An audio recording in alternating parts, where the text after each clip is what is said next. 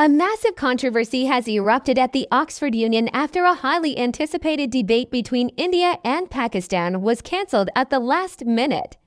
What was supposed to be an intellectual showdown descended into a war of words, with both sides blaming each other for the collapse. Let's break down what really happened. The debate, scheduled for November 27th, was on a very spicy topic: whether India's policy towards Pakistan is more about populism than actual security.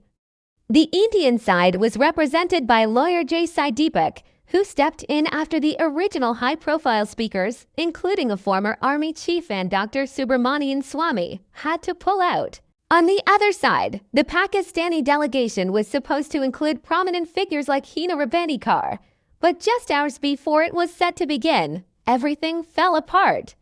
According to Sai Deepak, he was told that the Pakistani delegation hadn't even landed in London, so the Indian team decided not to travel to Oxford. But here's the twist. Deepak later claimed he received confirmation that the Pakistani speakers were, in fact, already in Oxford, staying at a hotel.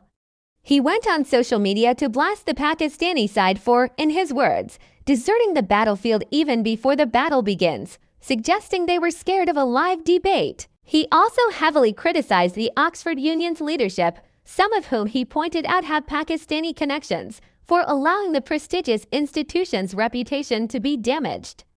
Now, the Pakistan High Commission in London tells a completely different story. They released a statement claiming it was the Indian delegation that withdrew at the last minute, handing Pakistan a walkover. They framed it as India not being confident enough to defend its policies in a neutral academic setting. Indian lawmaker Priyanka Chaturvedi also jumped into the fray, tweeting that Pakistan was crying again and had proven to be liars. So, who do you believe? Was it a deliberate Pakistani gambit to avoid a tough debate, as Sai Deepak alleges? Or did the Indian side get cold feet, as Pakistan's High Commission claims? One thing's for sure, this entire episode has turned into a PR disaster for the Oxford Union and has added another chapter to the contentious India-Pakistan narrative. What started as a debate about policy has now become a messy public dispute over who backed out first.